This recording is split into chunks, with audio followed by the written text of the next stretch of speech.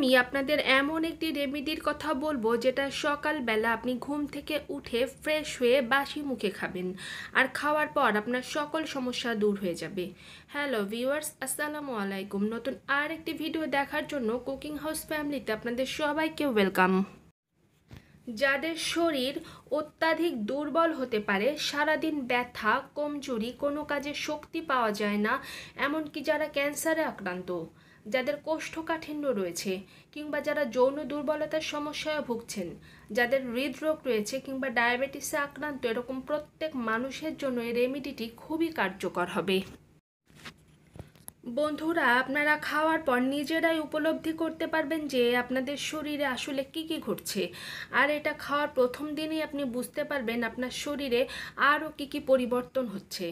50 থেকে 60 বছরের মানুষ যদি এই রেমেডিটি খাওয়া শুরু করেন, তাহলে সাথে সাথে 25 বছরের তারুণ্য তার মধ্যে ফিরে আসবে।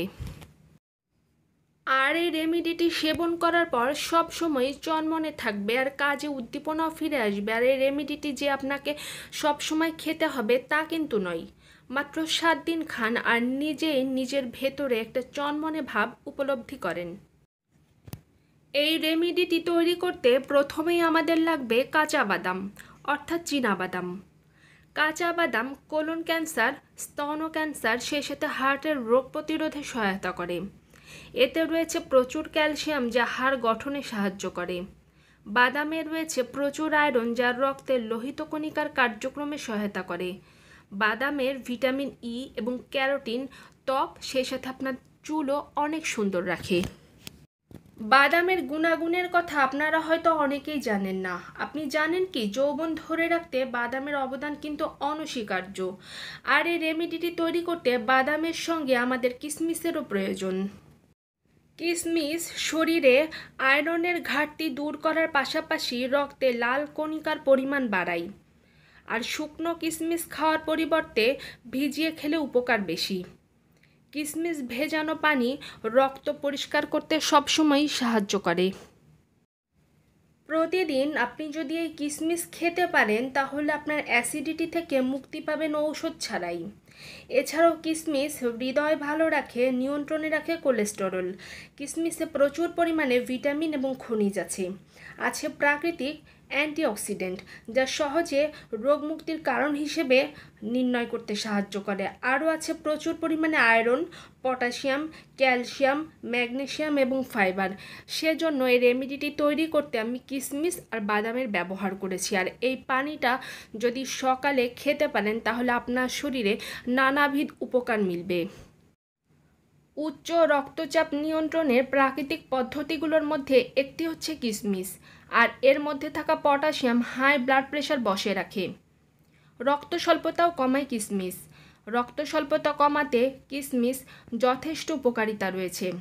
নিয়মিত খেলে এর মধ্যে থাকা আয়রন হিমোগ্লোবিনের মাত্রা বাড়ায়। এছাড়াও এর মধ্যে আছে তামা, যা রক্তে লাল রক্তকণিকা তৈরিতে সাহায্য করে থাকে। আমাদের সুস্থ থাকার জন্য ভালো হজম শক্তি জরুরি। সেক্ষেত্রে কিশমিশ হজম শক্তি বাড়াতে সাহায্য করে।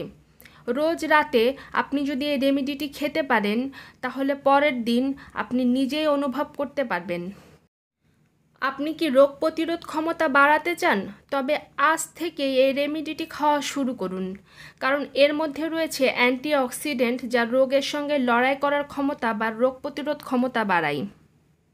শরীরকে দূষণমুক্ত করতে কিশমিশ খান নিয়মিত।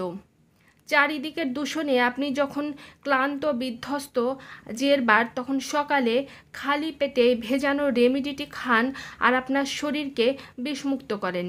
ভেজানো কিশমিশের পাশাপাশি কিশমিশের পানিও কিন্তু শরীরের জন্য অনেক উপকারী।